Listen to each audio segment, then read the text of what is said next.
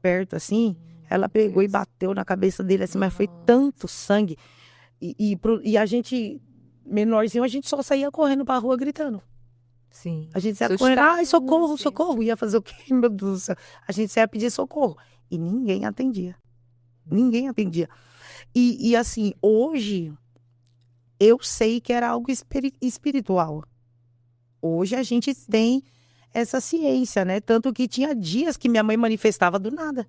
E era uma coisa tão doida, porque quando eu não corria de briga, eu corria dos espíritos.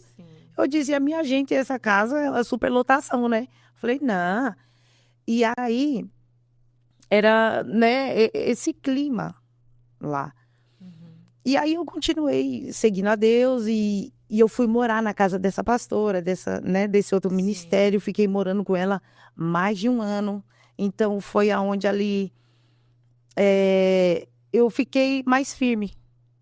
E aí, depois, voltei para casa da minha mãe de novo. E aí eu peguei, eu lembro que eu me juntei com uma amiga, falei assim, vamos orar, vamos fazer um propósito de oração, porque eu quero buscar Deus, quero ficar firme, até porque tinha coisas que eu não sentia mais estando em Deus, e eu não queria voltar a sentir mais aquela questão de, sabe, de rejeição, porque foi uma das coisas assim que me doeu demais, a rejeição. O abuso e a rejeição foi 2 pontos fortes assim que me doeu demais. Então eu falei para ela, vamos fazer, um propósito, vamos fazer o jejum.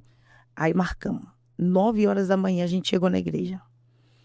E aí hora aqui, hora ali, hora aqui, hora ali, ficamos até umas 5:30 da tarde. E eu falei para Deus, eu quero tanto que eu não vou nem tomar água, Jesus, eu vou a seco, porque eu quero o céu. E aí nesse monte de horas, né, que eu passei ali, eu fiz uma oração. E a oração foi essa. Eu falei assim, Deus, eu quero ter um testemunho para contar. Eu quero ganhar almas, mas eu não quero contar o testemunho de ninguém. Eu quero ganhar almas contando do que o Senhor fez na minha vida. Eu sei que o Senhor tira das drogas, mas eu não vivi isso. Eu sei que o Senhor tira do homossexualismo, mas eu não vivi isso. Eu sei que o Senhor tira do cárcere, mas eu não vivi isso. E aí eu fiz essa oração, aí voltei a louvar o Indapa, voltei a orar e voltei a ler a Bíblia, então passou. Eu lembro que com 2 semanas depois, eu falei assim, gente do céu, ai, não quero ir para a igreja, não, tô sem força para ir para a igreja. E eu falei, mas por que eu tô assim? Falei, aí eu comecei a chorar, que me bateu um desespero. Me bateu um desespero porque eu falei assim, eu fiz aquele propósito de jejum, porque era só o que eu lembrava. Eu fiz o propósito de jejum para buscar de Deus força, para continuar, porque e eu não tinha força, Jamile, para ir para a igreja. E eu falei, meu Deus, e agora? E aí eu fui esfriando.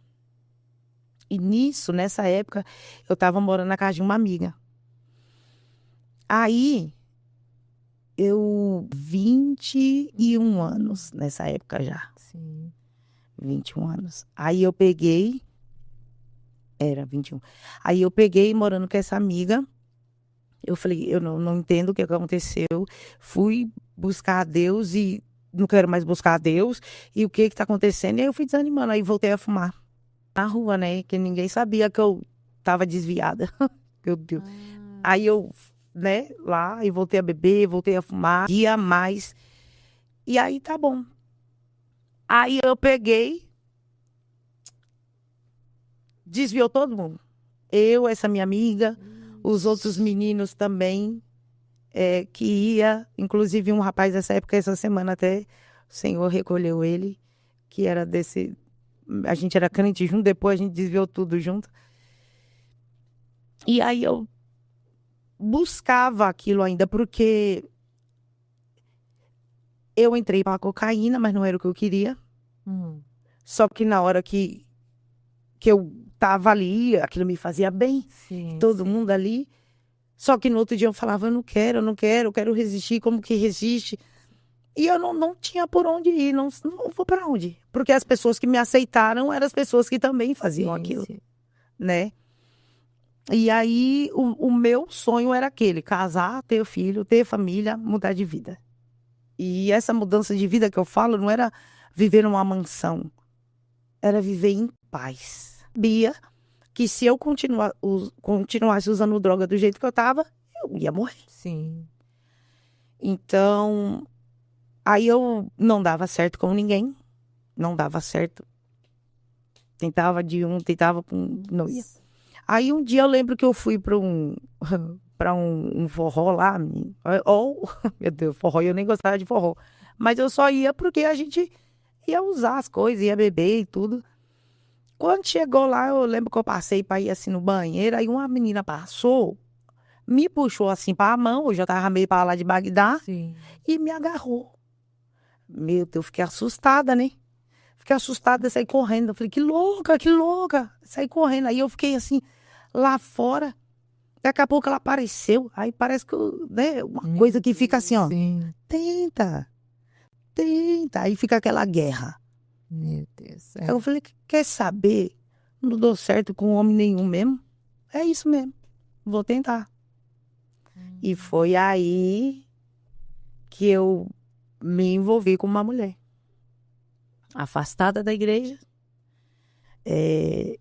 Não tinha aquele relacionamento familiar legal. E nas drogas. E aí eu me envolvi com essa mulher. Nisso que eu me envolvi com essa menina, era um relacionamento assim muito atribulado, sabe? Não era uma coisa sadia, né? Enfim, eu digo até assim a questão do comportamento, né? Porque por natureza, enfim, a gente sabe. E coisa assim, muito, muito. Eu falava, não, meu Deus do céu. E eu usava droga, e uma coisinha que ela falava ou fazia, ou se ela só virasse assim, era um ciúme que eu sentia. Que teve um dia que eu agarrei assim no pescoço dela. Meu Deus. Eu agarrei no pescoço dela, que veio uma menina correndo e falou, Muriel, você vai matar ela. Aí me deu um estalo assim, eu falei, meu Deus, o que que eu tô fazendo? Era como se eu não, sabe, não tivesse em mim. E aí eu falei assim, meu Deus, e ali aquilo foi me deixando com as anteninhas ligadas, né? Eu não entendia a profundidade que a espiritualidade Sim. tem, que é. Eu não tinha essa consciência. Deus do céu. E aí, eu fiquei um ano e meio com essa menina. E aí eu lembro que em um dia que a gente brigou, em uma dessas brigas, a gente saiu lá na porrada, tudo. Eu sentei na esquina de casa e eu comecei a olhar assim em volta e eu falei assim, Deus, eu sei que o que eu estou fazendo é pecado de morte. Mas se o Senhor ainda me ama, se ainda tem alguma coisa que possa ser feito na minha vida, porque eu não vejo por onde sair. Prepara uma situação, Deus. Me ajuda a sair disso sem que eu morra, sem que essa menina morra, ou que a gente se mate, porque era uma coisa muito doida. Sim. As pessoas que eu tinha à minha volta. Sim. As pessoas que conheciam o meu defeito, as pessoas que sabiam quem eu era, Sim. que conviviam comigo. Então, eu ia para onde? Porque a forma com que eu cresci me fez crescer de uma forma deformada, vamos dizer assim. Porque eu achava que para eu estar